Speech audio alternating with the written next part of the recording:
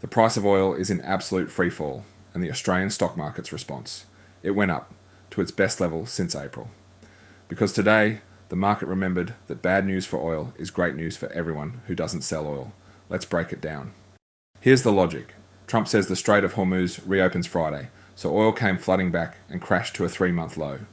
Cheaper oil means less inflation, which means central banks can't hike, which means line go up. One analyst called oil the macro valve.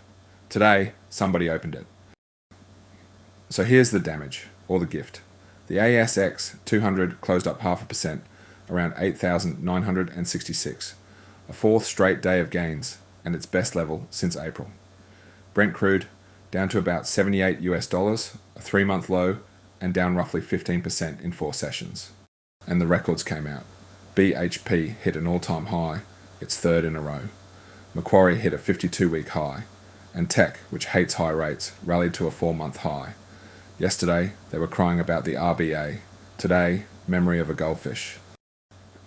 But my favourite winners, travel stocks.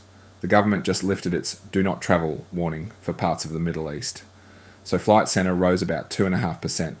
On the same day, it cut its profit guidance to around $285 million and launched a $200 million buyback. Nothing says buy me like we'll make less money, but you can holiday near a ceasefire now.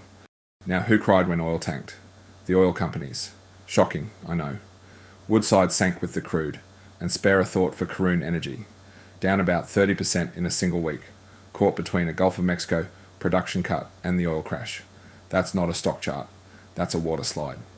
Oh, and Ironore slid back under $100 US, a 2-month low, because China keeps making less steel, and a giant new mine in Guinea called Simandou is about to flood the market. Fortescue, not thrilled. In numbers I did not expect today, radio company ARN Media jumped around 28%. The catalyst? It agreed to pay shock jock Kyle Sandilands $12 million to settle a lawsuit. The stock went up, on paying a guy $12 mil. Australia is a different financial universe, and I love it here. But the real event is tonight. The US Federal Reserve makes its first decision under a brand new chair, Kevin Warsh, and the rumour is he might scrap the dot plots, the little chart that tells markets what the Fed is thinking. Translation: the Fed might stop using its words. Analysts are calling it less scripted, markets are calling it terrifying. Quick one.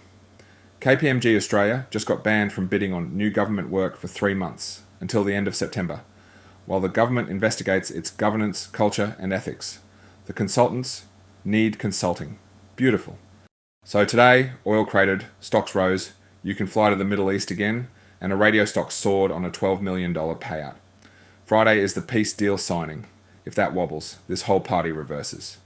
If bad news is good news, finally makes sense to you, smash that like, and then lie down. Subscribe so we can pretend to understand the Fed together tonight. This has been your end of day. Oil down, vibes up. Good night.